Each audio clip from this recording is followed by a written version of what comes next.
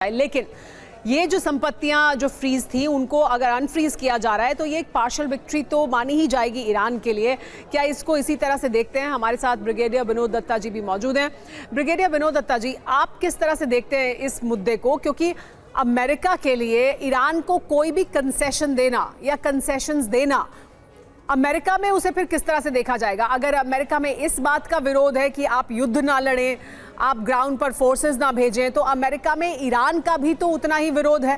फिर ईरान को अगर कंसेशंस देते हैं बातचीत को आगे बढ़ाने के लिए, तो फिर ये कितनी बड़ी मुश्किल है डोनाल्ड ट्रंप के लिए, उनकी सरकार के लिए? देखिए, यकीनन एंटी ईरान कैंपेन भी एक मुहिम के तहत अमेरिका में शुरू किया गया।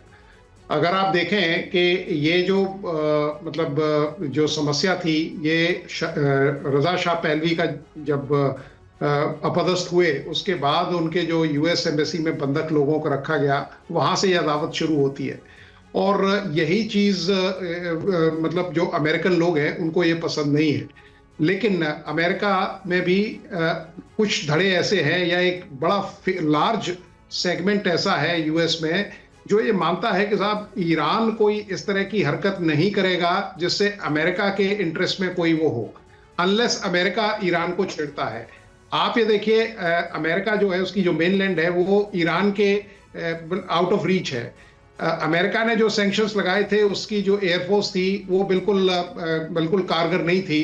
तो ये एक बहुत बड़ा अचीवमेंट था अमेरिका के लिए कि साहब एरियल डिलीवरी जो वेपन सिस्टम है उनका वो इस्तेमाल नहीं कर सकते। रही बात इनकी असेट्स की, अगर असेट्स वो रिलीज कर देते हैं तो यकीनन ये ईरान की एक बड़ी जीत है। क्योंकि पिछले 47 साल से आप देखें जो सैंक्शंस लगाए हुए थे ये अमेरिका ने, उसका खामियाजा ईरान ने बहुत दिनों तक झेला है। उसके बाद आप देखिए कि जो पिछली साल का युद्ध हुआ और अब जो 40 दिन का जो युद्ध हुआ है, इसमें आप ये देखिए कितना नुकसान इंफ्रास्ट्रक्चर को ईरान के लिए हुआ है। ईरान यही उम्मीद करेगा कि साहब अमेरिका के साथ, पहली बात तो ये एक अच्छी पहल है कि साहब उनके जो असेट्स हैं जो वो फ्रीज थे वो रिलीज हो रहे हैं। सेकेंडली उनका जो वॉर इंडेमिटी है वो अमेरिका साइन करे कि साहब जितना खामियाजा, जितना नुकसान हुआ है उसका कोई पोर्शन, कोई खामियाजा उनको मिल जाए। या लेकिन एक और बड़ी खबर आ रही है हॉर्मुज से जुड़ी हुई, इस वक्त की बड़ी खबर अपने दर्शकों को बता दें। कई जहाज हॉर्मुज से गुजरने को तैयार हैं।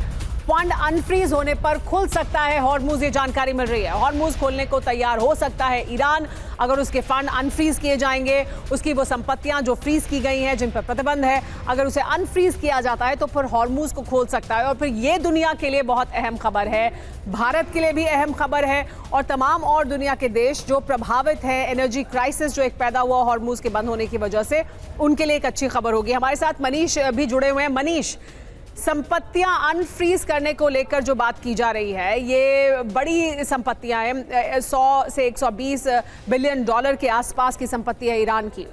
क्या ये एक गुडविल जेस्चर के तौर पर भी देखा जा सकता है कि बातचीत शुरू होने से पहले ईरान की अगर ये मांग थी, ईरान को इतना नुकसान भी पहुंचाया गया है, ईरान जिसका कॉम्पनसेशन मांग रहा है, तो अमेरिका की तरफ से एक पहल, एक कोशिश कि सकारात्मक रूप से बातचीत आगे बढ़े और हॉर्मुज भी खुले? क्या उस तरह से देखना चाहिए इसे?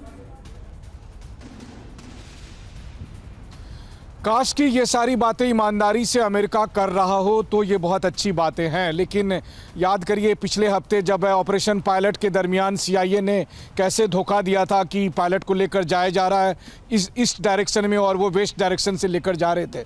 बातचीत के ठीक पहले इस तरीके का कन्फ्यूजन भी क्रिएट किया जा सकता है कि हाँ भाई, हम आपकी संपत्ति को डिफ्रीज कर रहे हैं।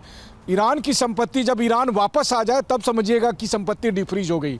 उससे पहले जहां पर मौजूद है वहां पर उन्होंने अमेरिका के कहने से फ्रीज किया था, अब वो डिफ्रीज कर देंगे और फिर वो रिलीज करेंगे। इसमें समय लगेगा और इस बीच में ये बातचीत हो जाएगी। तो हो सकता है ये बातचीत करवाने के लिए अमेरिका ने कहा होगा कि हाँ, हमने कह दिया। मनीष